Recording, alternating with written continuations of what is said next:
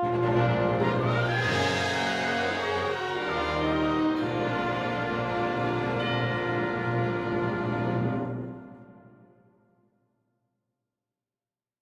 on the exact replicas of 18th century instruments, performed on the exact same day in the exact same cathedral of its premiere. What we cannot recreate is the audience. The audience brings with them an experience of influences and life lessons. How does living in 18th century, newly Lutheranized Germany affect its audiences? During a time when the church played a different social, economical, and central role in a person's life, where a life expectancy is much different than 21st century Boise. But as we sit in this audience tonight, we have different experiences than that of 18th century Germans. We live in a society where the aesthetics and the social makeup is guided by forces unknown to Bach's congregation. So my question is, can we experience or be moved by Bach's cantatas or any of his works, although we have different lenses, different perspectives? Or are we content with just letting these pieces be museum pieces, aesthetic experiences? That's the goal of tonight's series. Tonight we are joined by two guest speakers, Rabbi Dan Fink from Congregation Ahavat Bet Israel and Mr. Philip Thompson, the director of the Idaho Black History Museum. They will be bringing perspectives that will aid in approaching these works, not simply as concert works, but works to be appreciated in today's time through our own different, unique, multicultural lenses. Before I begin, I need to make a special recognition of the supporters of this concert series. First, the National Endowment of the Arts, the Commission of Arts here in Idaho, and the American Bach Society. Our first cantata tonight is number 56, Ich will den Kreuzstab gerne tragen. It was composed for the 19th Sunday after Trinity. Cantata 56 is a commentary on the week's biblical readings. Primarily, it's the gospel reading of Matthew 9, verses 1 through 8. These readings detail Jesus' arrival by boat to the city of Capernaum, where he encountered a man stricken with palsy. Seeing the poor soul, Jesus says to the man, "Take heart, son, your sins are forgiven." Hearing this, the Pharisees were mortified and called out blasphemy, as only God can forgive sins. Jesus then says to the crowd, well, which is easier to say, your sins are forgiven, or to say, get up and walk? But I want you to know that the Son of Man has authority on earth to forgive sins. So he says to the paralyzed man, get up, take your mat, and go home. And the sick man then arose and went on his way. In typical Baroque fashion, both Bach and the librettist, who is unknown, provided a musical dimension to this story through the progression of this cantata, a pilgrimage, if you will, through redemption and healing. The first movement pertains to the cross image, as it was both the source of ultimate suffering and ultimate salvation to 18th century Germans. First thing I want to draw your attention to is the words here, as the Kreuzstab in the title. It doesn't really translate quite easily into the English language as cross. For the German word Stab more closely resembles the word rod or a staff, as it was ein Stab that Moses struck down to part the Red Sea. In Psalm 23, it is dein Stecken and dein Stab tröstet mich, thy rod and thy staff, they comfort me. In German, Kreuzstab refers to a pilgrim's cross or a staff. Interestingly, it also refers to a navigational instrument used by ships out at sea, something that we're going to encounter again in the second movement. Bach signifies this cross of suffering in all of our earthly trials through the shape and the placement of the first movement's principal melodic theme.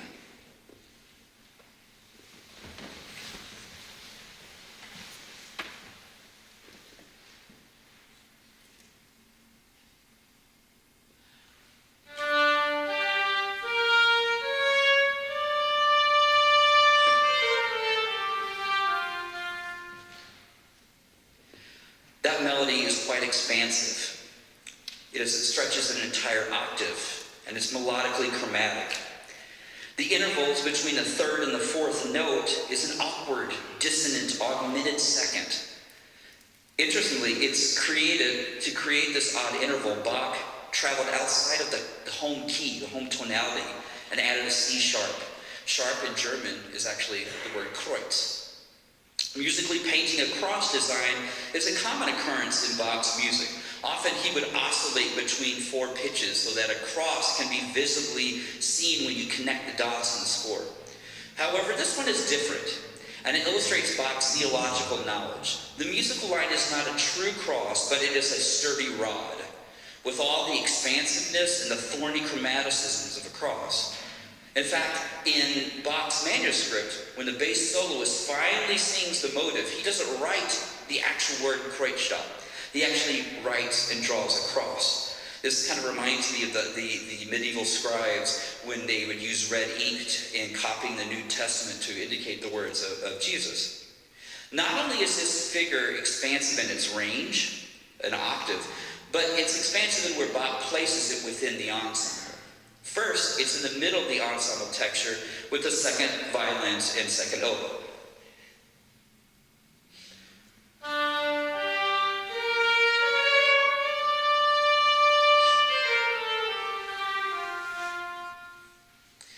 It's then followed higher with the first violins and the first oboe.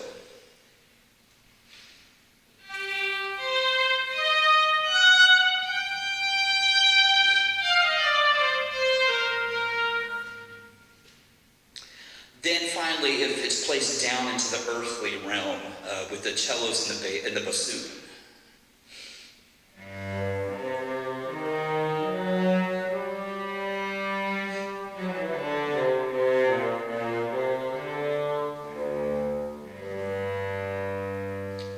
Finally, the entire ensemble, along with our soloists, join together.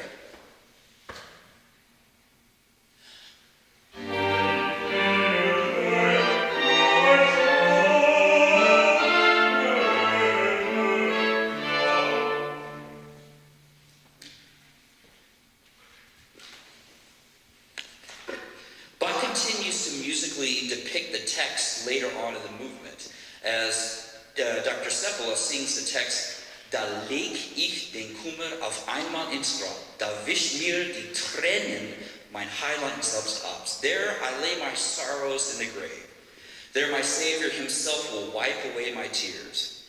Bach illustrates this falling of tears and the sobbing in a well-known Baroque musical gesture. During this period, it was quite common for composers to use stock melodic ideas to illustrate certain affects. And to illustrate crying and laments and sorrow, they would often write descending notes that often imitates cries.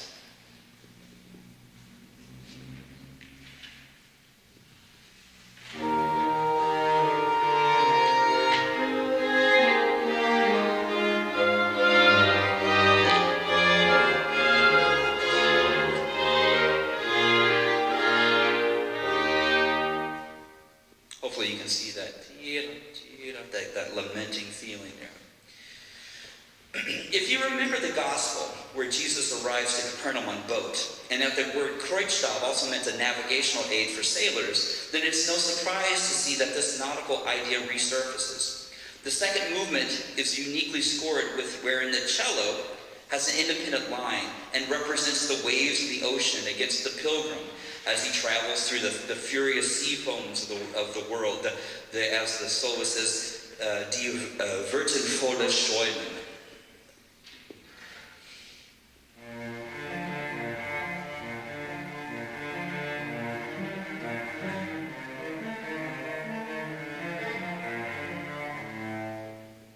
Before finally, the cello represents arriving to the restful port.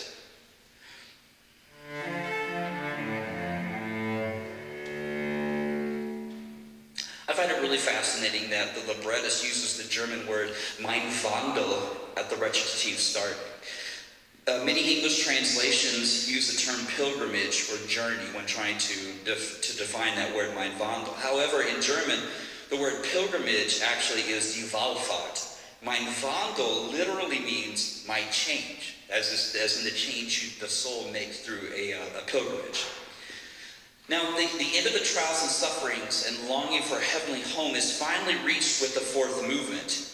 This movement is unique as that it begins with an accompanied recitative. This means that the solo is accompanied by the full string ensemble, thus creating this sort of heavenly halo around his words. This occurrence can be found throughout Bach's music, especially where the text is particularly important. You can find this for example, in the St. Matthew Passion, where the words of Jesus are sung by the bass soloist, and it's always set within this halo of the strings. Here our soloist has arrived at the heavenly port and says, Ich stehe fertig und bereit, wenn ich den Port der Ruhe werde sehen. I stand ready and prepared when I shall see the port at rest. What is ingenious of Bach is that when we finally reach the port, he returned to the motives we heard in the second movement, with the sighing strings, and actually the exact text that was sung in the second movement.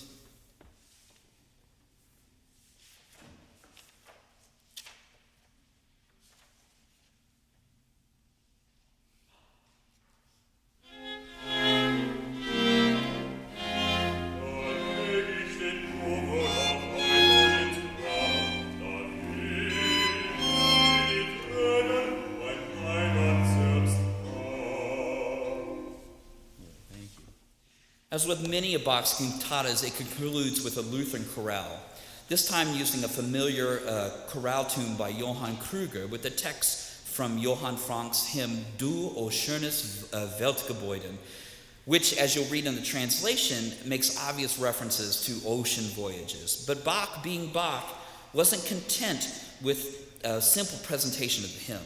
The uneasy nature of a ship being caught in a worldly storm is illustrated, one, by very kind of a syncopated beginning. Bach altered the original note durations and uses rather disjunct harmonizations.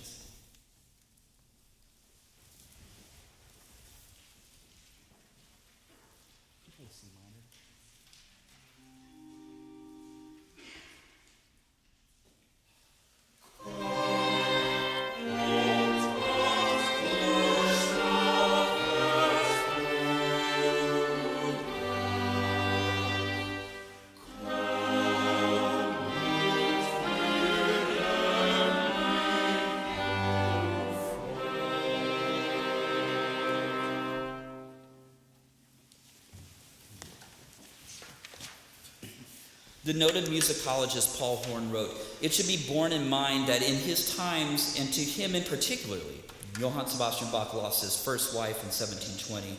As a young child, he lost both his mother and father within a few months of each other. And he himself lost a total of 10 children, primarily through premature death. The reality of dying and its place in the edifice of Christian hope was something far more keenly felt than perhaps it is in this case today. Also in the theology, preaching, and religious writings, the dimensions of the hereafter was far more in the forefront of attention than it is today. Works of this nature give the impression that for Bach, the setting of such texts was not only a professional obligation, but also an act which reflected his experiences of life and his personal avowal of a belief." So hopefully this will help guide you as we perform Cantata 56, Ich will den Kreuzstab gerne tragen.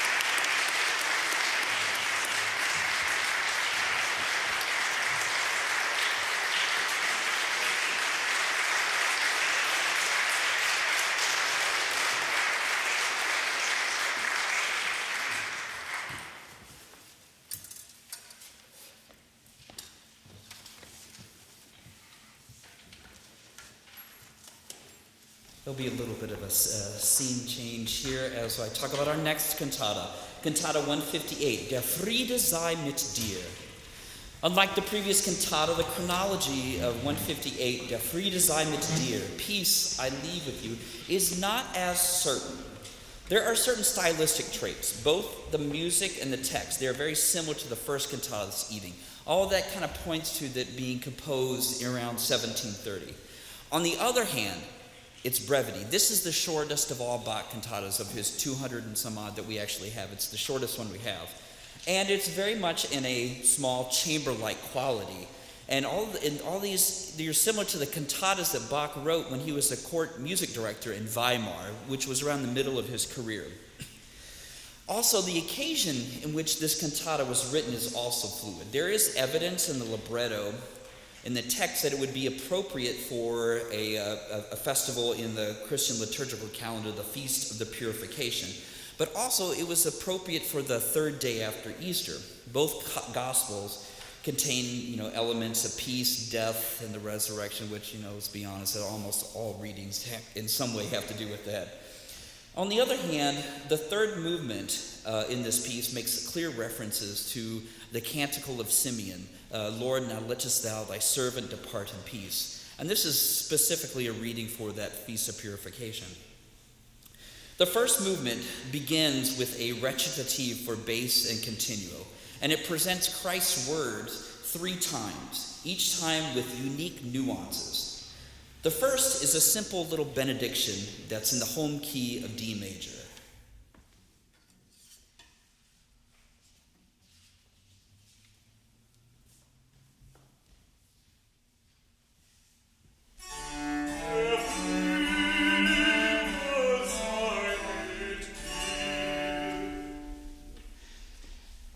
Quite simple. The second iteration that we hear that, the text is then presented down an interval of a minor third. So we're starting to descend as we hear this. And that would be something that you may not think, musically, theoretically, but you can certainly feel that affect. And it's also in this minor key.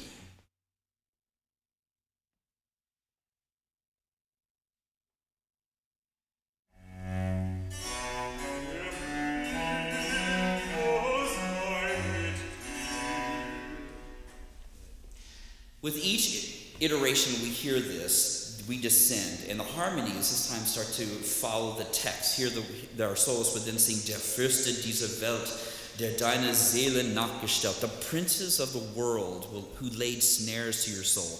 Finally, we make it through all these trials of the world, and we land safely in the key of G major.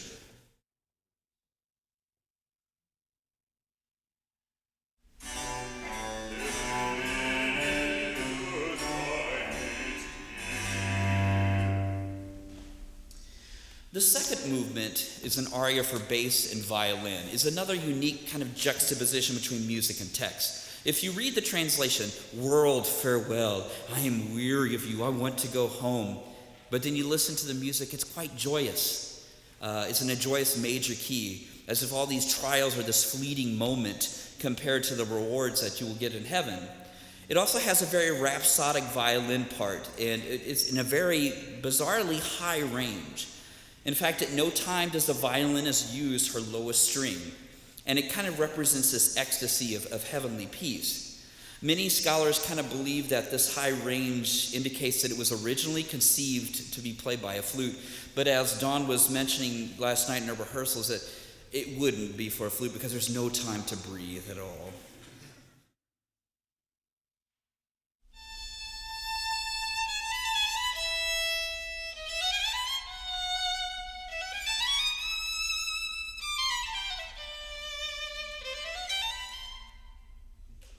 Also unique to this aria is it's a combination of a well-known chorale tune that's going to be played by the oboe and the soprano solo.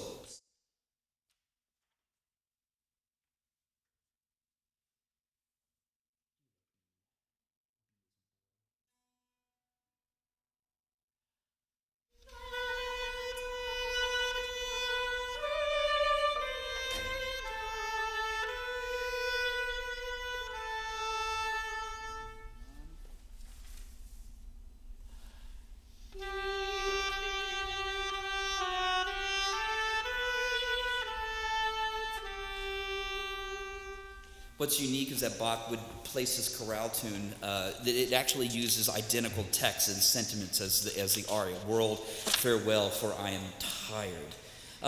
And like we found in our first cantata, the bass soloist will reuse text from the preceding aria. There I remain, there I delight to dwell, there I shine forth, adorned by the heavenly crown. Bach uses for the final chorale the quite familiar tune Christ lag in Todesbanden, Christ lay in des bonds, whose text clearly makes it appropriate for the Easter season, specifically the discussion of the Easter lamb and the blood that marks our door. To discuss this further and provide a unique perspective on this theme, I'm thrilled to welcome my friend and colleague, Rabbi Dan Freak. So let's give him a nice welcome.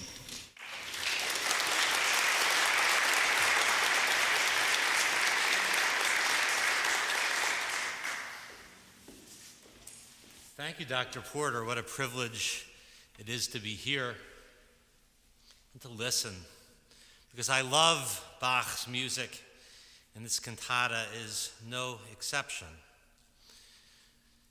There are, as noted, numerous references to things out of Jewish tradition.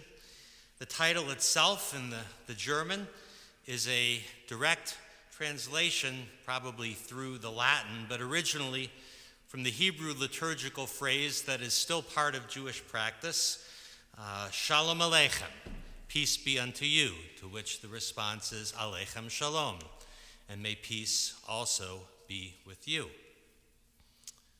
And the end of the piece, which speaks of the Easter lamb, goes on to talk about the lamb being roasted and its blood marking the door. Thereby, the murderer cannot touch us. This is a reference to the 10th of the plagues, the final plague before which the Israelites go forth from the land of Egypt. God tells the Israelites to sacrifice in family groups, each a roasted lamb, and to paint the blood upon the doorposts of their house so that the angel of death will pass over when striking down the firstborn in each Egyptian home. Thus, the name of the holiday in English and Hebrew, Pesach, means the lamb, the offering. In English, the common name is Passover, referring to the Holy One passing over. There is one piece in this cantata that liturgically the words are challenging for me to listen to as a Jew. I speak of a line from the opening of the cantata. Your mediator stands here, by whom your book of debts and the law's curse have been settled and torn up. This is a strain of Christianity that goes back to Paul. In Romans 7:6, Paul proclaims, but now by dying to what once bound us, we have been released from the law, so that we serve in the new way of the Spirit and not in the old way of the written code. From its inception in the New Testament to its appearance here in Bach's cantata, this belief that love trumps law has been part of a 2,000-year-old anti-Jewish polemic that demeans Judaism as a religion of cold, hard law, while Christianity is the embodiment of beautiful love. So law and love are portrayed as a kind of binary, and love, of course, as in Hollywood, always wins the day. But are love and law really antithetical? And is love really superior to justice grounded in law? Not surprisingly, the Jewish people see it very differently. The negatively charged word law for us is a poor echo of its original Hebrew expression, Torah, the law, the teaching that is at the heart of our tradition. Because for us, law is not antithetical to love. It is a condition and vessel and expression of it. God gives us the Torah. God gives us mitzvot, commandments. God gives us halakha, the law, the way.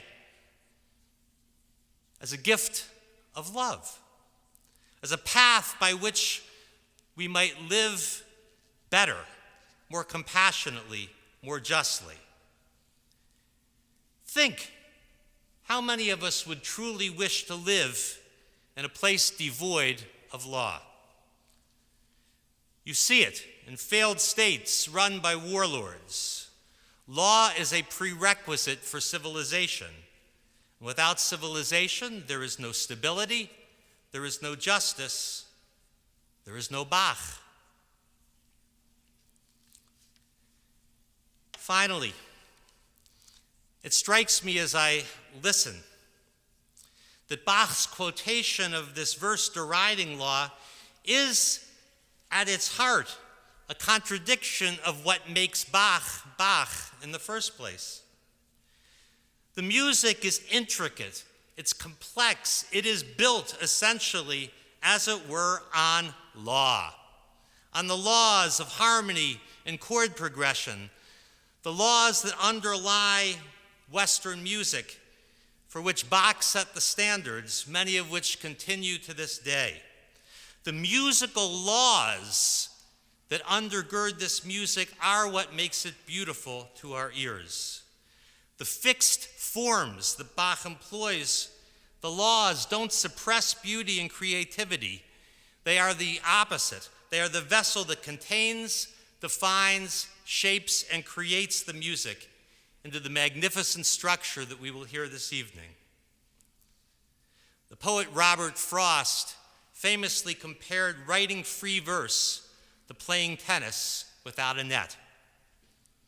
The net doesn't diminish the game. The net, the boundary, the border, the structure is what gives life to the game.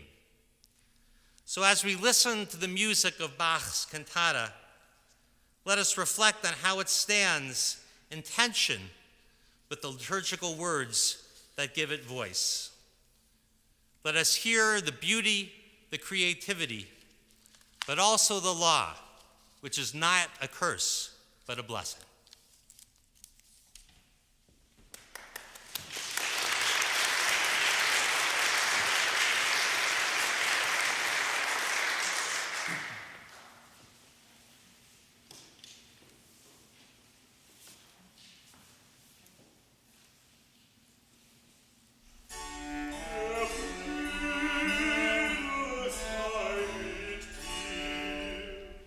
Du ängstliches Gewissen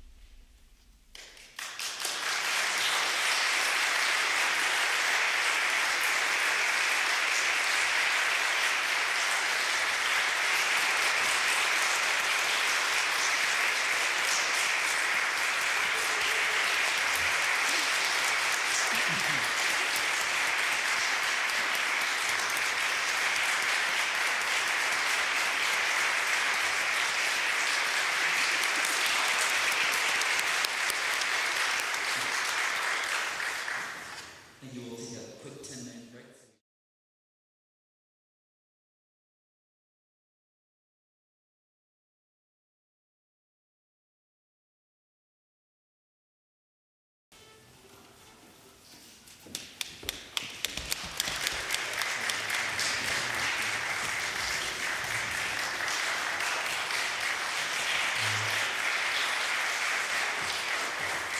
Thank you very much. Our final cantata tonight, 25, Es ist nichts Gesundes an meinen Leibe. In 1723, when Bach composed Cantata 25, which the translation is, "There is nothing healthy in my body," Europe had just suffered a devastating pandemic that many historians considered to be the Great Plague, the bubonic plague, the end of its second wave as it swept through Europe. It originated in southern France and killed over 100,000 people. As mentioned with our first cantata, death and illness was far more in the forefront of attention than it is today. However, given our current pandemic experiences, I think that this idea is less abstract than it was during our pre-COVID days. Cantata 25 was first performed on August 29, 1723, and it clearly supports the gospel lesson for that Sunday, which was the account of Jesus healing the 10 lepers. Martin Luther, who Bach knew his theology inside and out, Martin Luther's commentary on this lesson is that illness isn't just a physical ailment. He compares any sort of illness with a sinfulness or moral illness. He explains that physical illness is a result of sinfulness, and that being in a state of sin is really in itself a sickness. The bodily internalization of this idea is clearly illustrated in the first movement, one of Bach's most descriptive cantata moments. And there are several really unique moments that I'd like to point out to you. The first, if you remember in the first cantata, there was this descending half steps that was typical of Baroque convention to illustrate distress and mourning.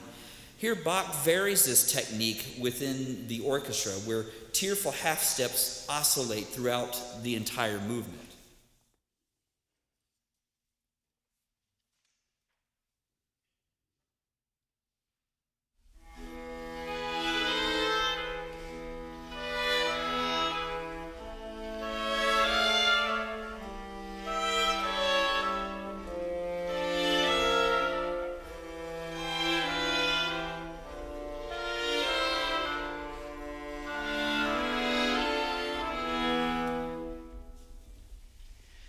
Typically, when Bach employs instruments in his cantatas, they either double the voices, meaning that they play the exact lines that the chorus sings, or they play independent musical motives that often return in various forms, and the musical term for that is a ritornello, and we'll talk about that in a moment.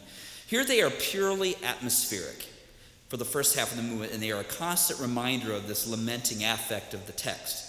In addition, Bach employs the choir in a highly chromatic and harmonically twisted manner. That, of course, points towards newer musical trends and languages, but it was actually set in what is considered a rather old style, this motet style, which was an imitation with two voices.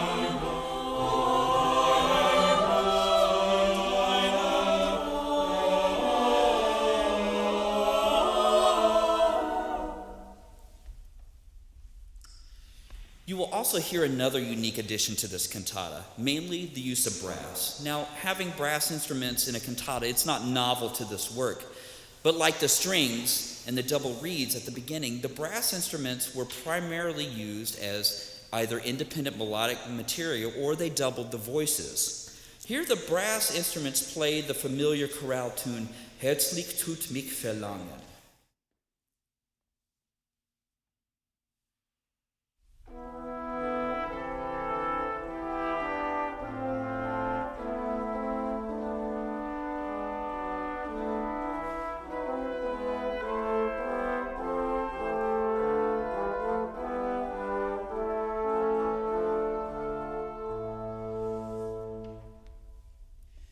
For his performances, Bach would have enlisted the services of Leipzig's Stadtpfeifers. Now, these were a group of city-employed musicians, and their main role was to perform at numerous public events, such as government celebrations, welcoming dignitaries, and often playing funerals.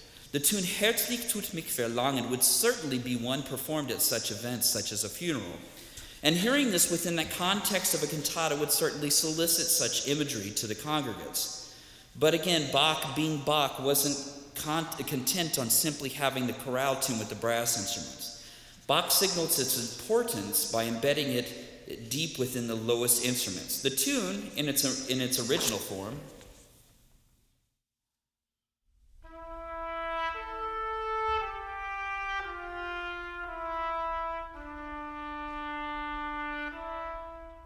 is stated right at the very beginning with the basso continuo.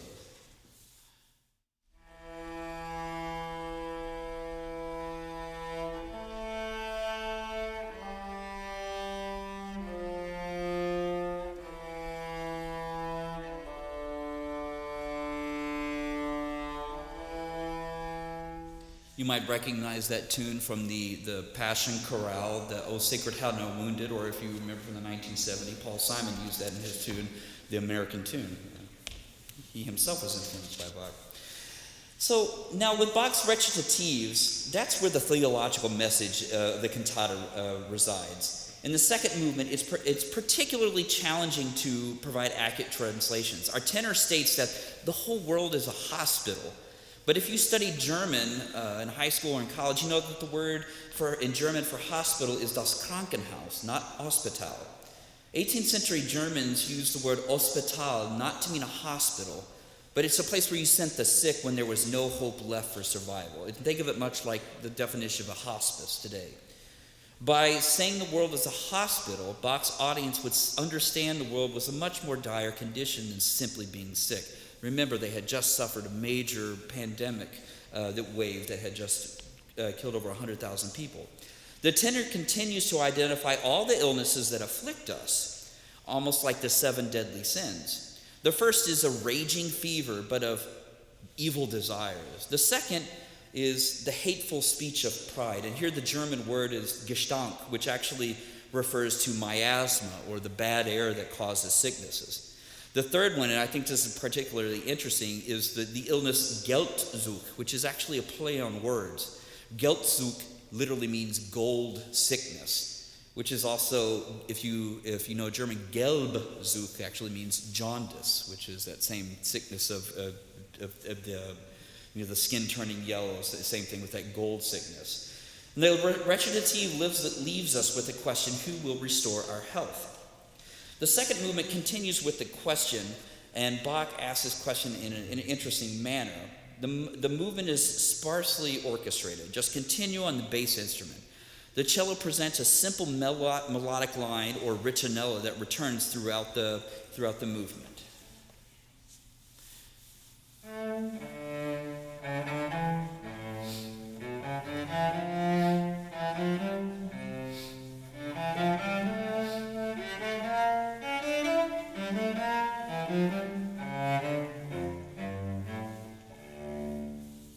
Our bass asks, "Where may I, a wretch, find counsel?" And each time he asks it, it's over that cello ritornello. However, Bach leaves the question hanging. It's unanswered in this musically awkward way. The question ends at odd places within the ritornello.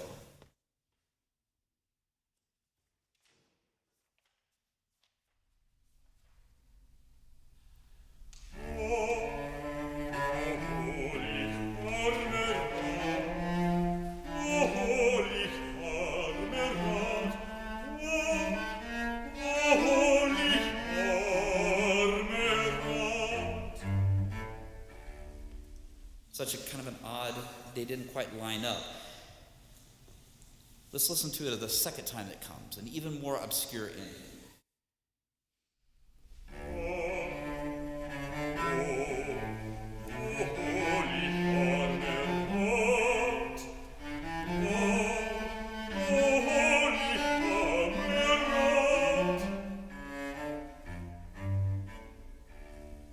Finally, the ritornello and the soloist, they align at the end of the phrase where the answer of the healing comes from the Bomb of Gilead.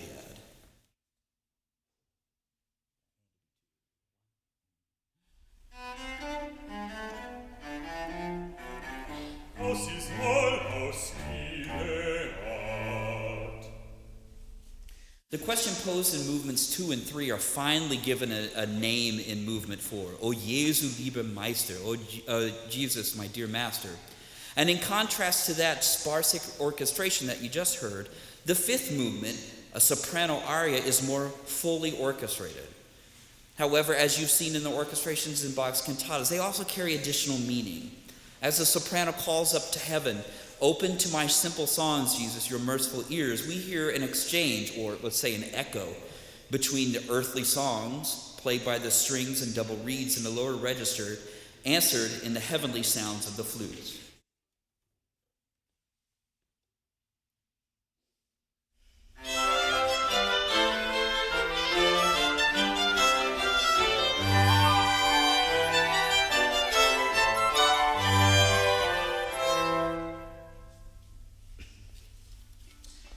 When considering the cantatas for this event, number 25 really stood out for me, mainly because of the timeliness of our current pandemic and the pandemic in which this was composed. But the phrase that we heard in movement 3, the Bomb of Gilead, that phrase, if you know any of the African American spirituals written during the Civil War, that phrase is often used. And because of this, I reached out to Mr. Philip Thompson who's an invaluable resource here in Boise, also the executive director of the Black History Museum. So let's please welcome Mr. Thompson.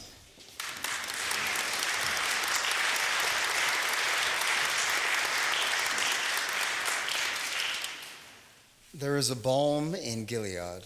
This is a simple verse that struck a chord. Its importance crossing many generations and spiritual traditions of my family. The Black Baptist Church, the path of the clan for many generations, has sung the praises of the Bomb of Gilead for quite some time. I remember as a child, my great-grandmother, her father being a preacher, having created churches from Missouri to California, including the one here in Boise, Idaho, often sang the praise of our salvation is through Christ, to heal the sin-sick soul, a remedy to whatever it is that ails. My stepfather, who was one generation closer, who's now a strong 86 years strong, spoke of the balm being mentioned in spirituals from his hometown, who comes from Atlanta, Georgia. He said it was often sung in times of reverence, or when they want to uplift those who are downtrodden, like a funeral, or when they're trying to coalesce and bring the congregation together. He said, "In prayer, the Holy Spirit revives my soul again." My mother, having been raised here in Boise, Idaho, and again, raised in the church, she's well versed in the Gospels, remarked, "The power is in heaven as a balm, an ever-healing power. The Holy Spirit makes you whole." My being of a different tradition, that of the Islamic path, we take a different approach to this, but it still resonates the same. Our message is often submit to the will of God. And to put it simply, God is the comforter that will ease your pain. And I recall as a child, hearing time and time again, I was taught that God is love. And perhaps that we can really rectify these two concepts by, like my child, who I have a 10-year-old daughter who's been raised in Islam, but she has attended Rabbi's synagogue and she attends my parents' church on occasion, who has managed to mesh the two and understand that, yes, our duty is to submit, but comfort is found in God as love. And then perhaps taking this approach, we can find out that our traditions aren't so dissimilar after all. Thank you.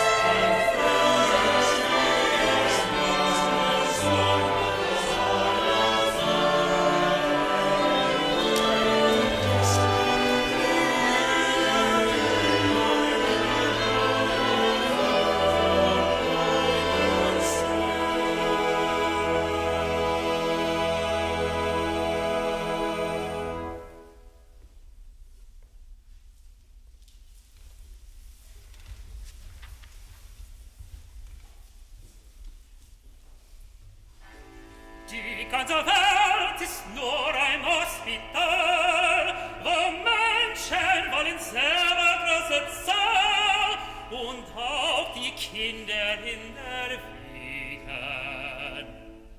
An Krankheit hart niederliegen. Denn einen quält in der Brust ein hitziges Fieber büßerlust. Der andere lieget krank an einer hässlichen Gestank. Den dritten setzt die Garzucht ab und stürzt ihn vorderseits in Grab. Gästefall hat jedermann beflecket und mit dem Sündenhaus in Bann gestöckert. Oh, dieses Gift, du Krug auf meine Glieder, wohin ich komme, Arznei, wer stellt mir in meinem Elend bei? Wer ist's mein Hals? Wer hilft mein Wieder?